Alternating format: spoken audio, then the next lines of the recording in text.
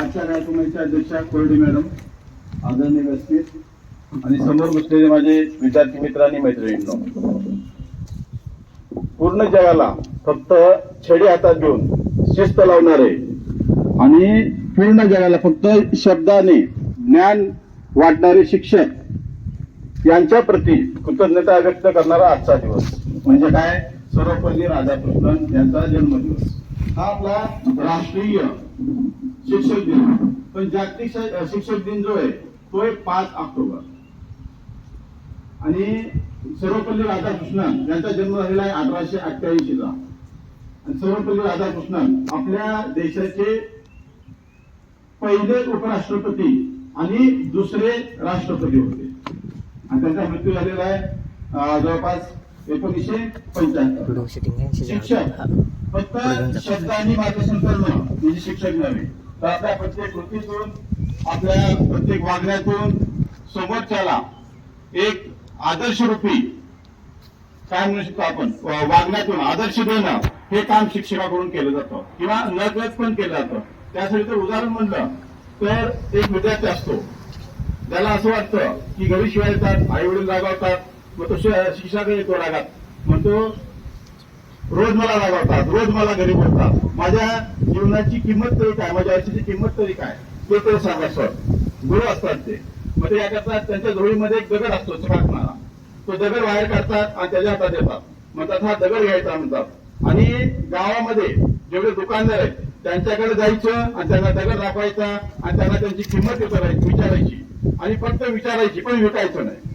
मग ते पाहण्याचा फळ विक्रेत्याकडे जात होतो. तिथे काय म्हणतात, ते म्हणतात त्याची मी 10 सफरचंद तुला देऊ शकतो. जिथून निघतो परत तुला तो भाजी विक्रेत्याकडे, भाजी विक्रेता म्हणतो मी याची तुला एक मेथीची काढू शकतो, दोन्ही किंवा पोतं देऊ शकतो. त्यानंतर तो जातो परत पुढे सोनाराकडे, सोनारा म्हणतो याची मी जवळपास 5 लाख रुपये देऊ शकतो. मग परत तो जातो कुठे, जो हिरे घडवणारा जवाईर असतो त्याच्याकडे जातो. तो पहिल्यांदा हातात घेतो, तो एका कापडावर ठेवतो, त्याचे प्रदक्षिणा घालतो, पाया पडतो आणि परत त्याच्याकडे जे काय म्हणतो त्याला हिरा घडवणारा जे अवजार असतो ते घेतो, त्याला तो ठोकतो. ठोकल्यानंतर त्याला पैलू पाडतो, पैलू पाडल्यानंतर पुढे ठेवतो आणि म्हणतो हा हिरा असा आहे की याची किंमत सध्या होऊ शकत नाही. आणि हेच काम शिक्षकाकडून केलं जातं.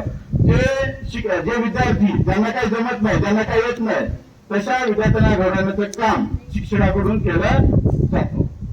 आणि त्याचं अजून जर म्हणलं वागण्यामधून माझ्यासारखा शिक्षक आहे की चांगली गोष्ट सुद्धा एखाद्या वागण्या वळणाने सांगू शकतो, असं जर एखाद्याला म्हणलं तर आपली जवळची यात्रा असते. आपल्या वागण्याचं जर जाणून म्हणलं तर जुळ्या काळातली गोष्ट असं समजून तुम्ही कल्पना करा की मी आणि आमचा चंद्रशिव आपला वरवरचा आणि आम्ही निघालोय कुठनं लय चालत चालत निघालोय, यात्रा करून उशीर झालाय आणि चालता चालता थकलोय आणि समोर आणि आपल्याला थांबायचंय. म्हणून काय केलं, आम्ही त्या झोपडीकडे गेल्यानंतर दरवाजा उघडला की काय आपला आकाश अक्षा. मग अक्षाला सांगितलं आज एक रात्र आम्हाला राहू दे आणि आम्हाला खूप थकवा आलेला आहे. तर त्यांनी आम्हाला आतमध्ये घेतलं, थोडं खाऊ पिऊ घातलं आणि त्याला विचारलं आम्ही, अरे म्हणलं ते रान एवढं दिसतंय, सगळं पडीक दिसतंय आणि तुम्ही तुमचा उदरनिर्वाह कसा चालवायचा, म्हणजे रोजचा खर्च कसा भागवायचा. तो काय म्हणतो आमच्याकडे दर्शी आहे म्हणतो, ती दर्शी आहे त्याला आम्ही खाऊ पिऊ घालतो, त्याचं दूध काढतो, वळवळा नेऊन विकतो.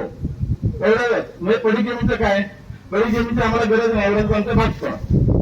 वेळ होतं, स्पाट होते 4 वाजता. म्हणजे कांबळे सर चंद्रशिवला म्हणतात ती जर्सी घे सर आणि तर आपल्या बरोबर चंद्रशिव विचार पडतो, ते तर गुरु आहेत, सर आहेत आणि वाईट करायला काय सांगतात मला, पण शेवटी गुरुची आज्ञा. चंद्रशिव काय घेतो, जर्सी घेतो, बरोबर निघतो. मग असेच 5-6 वर्ष पुढे निघून जातात. गेल्यानंतर चंद्रशिव पुण्याला कंपनीत कामाला किंवा कुठे बाहेर जॉबला आहे, तो परत 5 वर्ष येतोय आणि त्या भागात गेल्यानंतर त्याला आठवतं की मागच्या काळात आम्ही इकडे आलेलो होतो आणि तर काय इथलं जर्शी आणली होती आणि त्या आकाशची अक्षाची जर्शी होती. अक्षा काय करून घेतो बघूयात म्हणतो, तिकडे जातो. गेल्यानंतर काय त्या महाराणावर पेरूच्या बागा, द्राक्षाच्या बागा, एक मोठा बंगला, त्याच्या पुढे 5-6 गाड्या ट्रॅक्टर थांबलेले आहेत. तो विचारच करतो एवढा 5 तेवढं कसा बदल झाला. चंद्रशिव जातो म्हणतो ओळखलं का मला, आता 5-6 वर्षांचा ओळखत नाही कोण, तो म्हणतो आम्ही ते गुरु आणि मी इथं आलो होतो.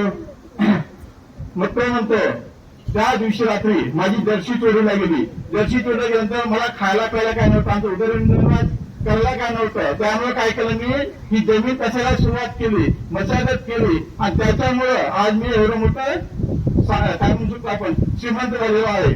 अशा पद्धतीनं वाकड्या वाटेने सुद्धा आपण एखादी गोष्ट सांगून एखाद्याचं भलं किंवा चांगलं करू शकतो. तुम्ही विचार करा की जर्सी कुठे गेली, बरोबर आहे, अक्षाचं बरं झालं, बरोबर आहे, पुन्हा बंगला आला, पैसा आला, गाड्या आल्या, परत ह्याला शिकवण मिळाली चंदन शिवायला. जर्सी कुठे गेली तर कांबेसरांच्या गावी गावाकडे गेले. एवढं बदल मी माझ्यासाठी म्हणतो.